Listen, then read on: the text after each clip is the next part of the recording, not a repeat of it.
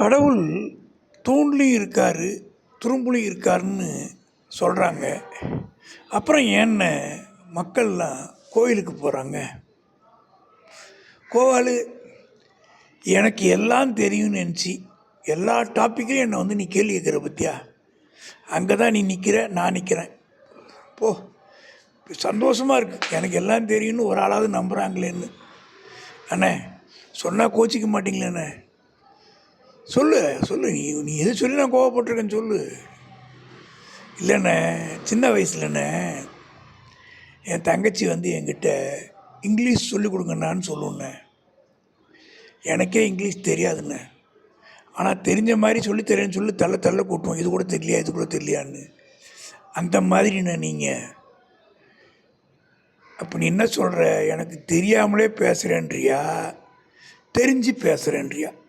இது வந்து நக்கல் பண்ணுற மாதிரி இருக்குது.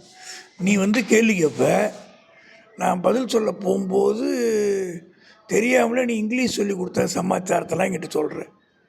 இப்போ நான் பதில் சொல்லணுமா வேணாமா? அண்ணே நீங்கள் தெரிஞ்சதை சொல்லுங்கண்ணே.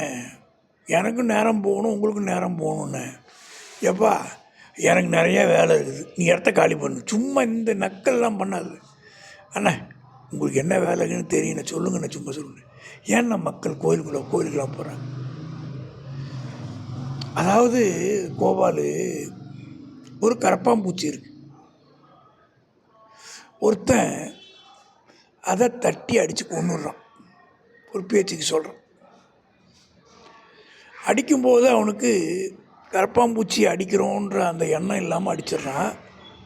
அடித்து முடித்த பிறகு ஐயோ ஒரு உயிரை கொண்டுட்டோமே நான் ரொம்ப நேரம் யோசித்தான்னா குற்ற உணர்ச்சி அதிகமாகிடும். அந்த குற்ற உணர்ச்சி குறையணுங்கிறதுக்கு தான்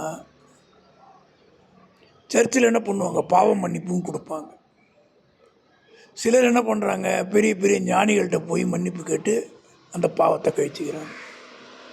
மனுஷன் என்ன பண்ணுறான், கோயிலுக்கு போய் இறைவா எனக்கு அதை கொடு இதை கொடுன்னு முதல்ல ஒன்று கேட்குறான், ஒரு அப்ளிகேஷனு. அப்போ நான் இதெல்லாம் தெரியாமல் பண்ணிட்டேன், என்னை மன்னிச்சிரு, எனக்கு எந்த ஆபத்தும் வராமல் பார்த்துக்குங்க அப்படின்னு சொல்கிறேன். மனசு தான், வேறு ஒன்றும் கிடையாது. கோயிலுக்கு போகிறது போகாத மனசு. இப்போ வள்ளலார் என்ன சொன்னார், ஒளி தான் கடவுள்னார். நமக்கு தெரியும் முஸ்லீம் மதத்தில் என்ன சொல்கிறாங்க, உருவம் இல்லை அப்படி சொல்கிறாங்க. அப்போ ஒருத்தருக்கு ஒரு சிந்தனை, அதை வந்து நம்ம புரிஞ்சுக்கணும். நம்ம விளக்கமாக பேசுவோம். வரேண்ணே.